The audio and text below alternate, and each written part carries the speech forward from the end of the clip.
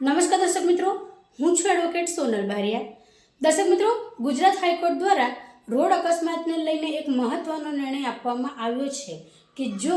કોઈ મોટું ભારે વાહન જો હાઈવે ઉપર પાર્ક કરવામાં આવેલું હોય અને એને કોઈ પણ પ્રકારનું સિગ્નલ ન આપેલું હોય અને તેવા સંજોગોમાં જો અકસ્માત થાય છે તો એને સંપૂર્ણ જવાબદારી ડ્રાઈવરની રહેશે, જેથી કરીને જે તે ડ્રાઈવર હશે તેમને જેલની સજા થઈ શકે છે। તો શું છે આ કેસ? તો દર્શક મિત્રો, હાઈવે પર એક ભારે ટ્રકને પાર્ક કરવામાં આવેલી અને તેની પાસે કોઈ પણ પ્રકારનું કહી શકાય કે સિગ્નલ આપવામાં નહોતું આવ્યું, ન તો બેરેક લગાવેલું કે ન તો એની પાસે કોઈ પાર્કિંગ લાઇટ ચાલુ હતી। અને દર્શક મિત્રો, એની અંદર ઘણા બધા કહી શકાય કે સિગ્નલ હોય છે, જેમ કે રિફ્લેક્ટર, ત્યાર પછી આપણે જોઈ શકીએ કે જે પાર્કિંગ લાઇટ છે કે જેથી કરીને પાછળ કોઈ વાહન આવતું હોય તો તેને ખ્યાલ આવે કે અહીંયા આગળ વાહન ઊભું છે। એટલે એક વ્યક્તિ પાછળથી બાઇક લઈને આવતા હતા અને જે વ્યક્તિએ ટ્રક પાસ કરી હતી ત્યાં આગળ જે પાર્કિંગ કરી હતી એ વ્યક્તિએ કોઈ પણ પ્રકારનું સિગ્નલ નહોતું આપ્યું, જેથી કરીને પાછળથી આવેલ જે વ્યક્તિ છે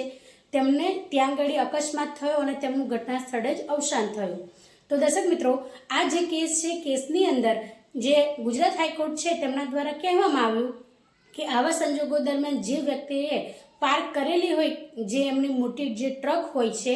તેને જો એમને કોઈ પણ પ્રકારનું સિગ્નલ નથી આપ્યું, એટલા માટે એ જે અકસ્માત છે તેની માટે સંપૂર્ણ જવાબદાર પોતે ડ્રાઈવર છે અને તેમની ઉપર કાનૂની કાર્યવાહી થઈ શકે છે। આ કેસના સંદર્ભમાં દર્શક મિત્રો, જે તે વ્યક્તિનું ઘટના સ્થળે અવસાન થયું તેમને જે મોટર અકસ્માત ટ્રિબ્યુનલ છે તેમના દ્વારા 5 લાખ રૂપિયા સુધીનું વળતર આપવાની પણ જે તે જાહેરાત થઈ, પરંતુ ગુજરાત હાઈકોર્ટની અંદર આ કેસ આગળ અપીલમાં ગયો ત્યારે ગુજરાત હાઈકોર્ટ દ્વારા એવું કહેવામાં આવ્યું કે જે પાછળથી આવનાર જે બાઇક સવાર વ્યક્તિ છે કે જેનું અવસાન થયું છે એ વ્યક્તિની ભૂલ નથી, જેને ટ્રક પાસ કરી છે ત્યાં આગળ જેને પાર્ક કરી છે એ એવી રીતે કરી હશે કે જેના લીધે અકસ્માત થયો, એટલા માટે જે તે વળતર છે વળતરની રકમને વધારવામાં આવી અને એ રકમને વધાવીને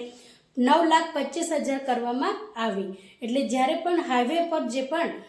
ટ્રક છે કે મોટા જે ભારે વાહનો છે એમનું જ્યારે પાર્કિંગ કરવામાં આવે તો એમને કોઈ પણ પ્રકારનું સિગ્નલ બતાવવું એ આવશ્યક રહેશે। તો દર્શક મિત્રો, આજના માટે આટલું જ। જય હિન્દ, જય ભારત।